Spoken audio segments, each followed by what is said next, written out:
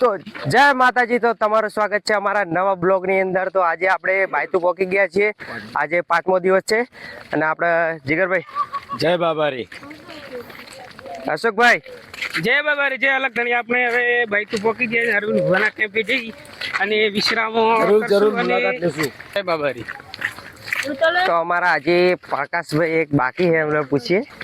પ્રકાશભાઈ જય બાબારી મિત્રો, આપણે બાયતુ પહોંચી ગયા છીએ અને આગળ જતા અરવિંદ ભુવાજીનો કેમ્પ આવે છે, ત્યાં પણ તેમની મુલાકાત કરવાની। જો હાજર મળી ગયા તો એમની મુલાકાત કરીએ, કેમ્પની મુલાકાત કરીએ અને ત્યાં બધા મિત્રો ભેગા મળીને જઈએ અને આગળ જે બતાવવાનું છે લોકેશન અરવિંદ ભુવાજીના કેમ્પે જઈને બતાવીએ।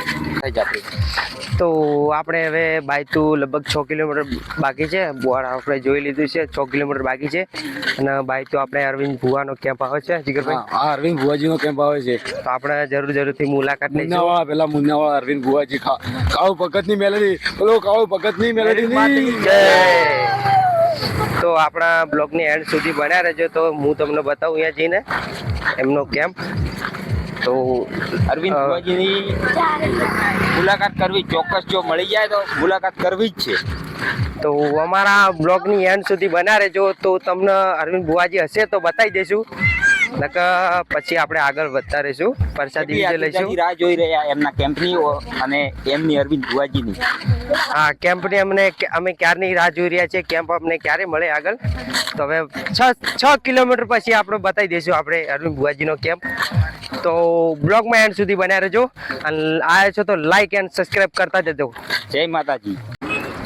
તો આપણા બાયતુ પહોંચી ગયા છીએ, તો તમને આગળ જઈને બતાવો। આપણા બાયતુ પહોંચી ગયા છીએ અને જો બાયતુ તમને બતાવી દઉં, તો બાયતુ બતાવી દઉં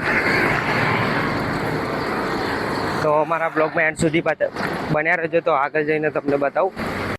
તો આપણે કેમ્પે પહોંચી ગયા છીએ અરવિંદ ભુવાના, તો તમને હું આગળ જઈને કેમ્પ બતાવું। જો પોસ્ટર મારેલો છે અહીંયા અરવિંદ ભુવાજીનું, તો તમે બ્લોગમાં બન્યા રહેજો એન્ડ સુધી, હું તમને કેમ્પ બતાવી દઉં। તો આપણે જયેશભાઈ કઈ કહેશો? જય બાબારી।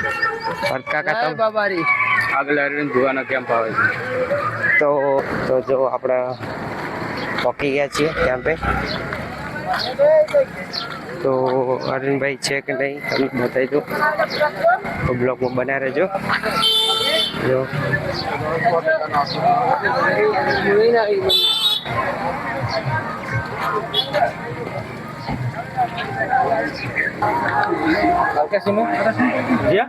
ચલે છે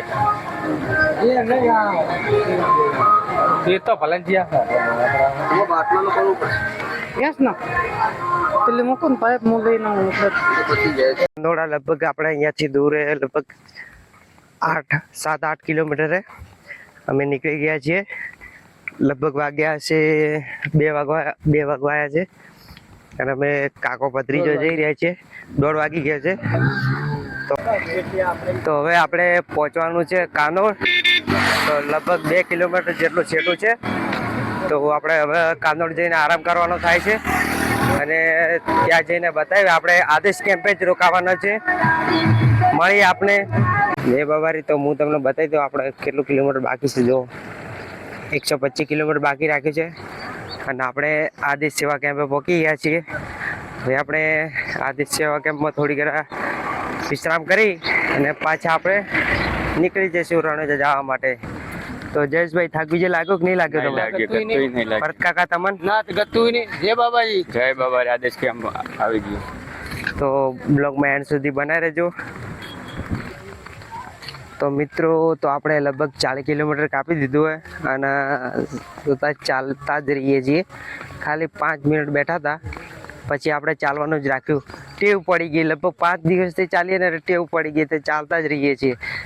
પગ દુખે, બધાને દુખતા હોય, એવું ના હોય કે કોઈને દુખતા હોય, બધાય દુખે તો હાલતા રહે। બાબારી આગળ, અમે પાછળ, બધા ભક્તો હાલે છે। તમને બતાવ્યું હમણાં, જો ચેક કુદી જોવા મળશે તમને। તો અમારા ભરત કાકાને પણ ગુડો દુખવા આવ્યો બરાબર, પણ આપણે જાવું હા, એમની ઈચ્છા છે કે જાવું એટલે જાવું જ રણુજા। બાબારી બડા બાદશાહ. હા, બાબારી બડા બાદશાહ.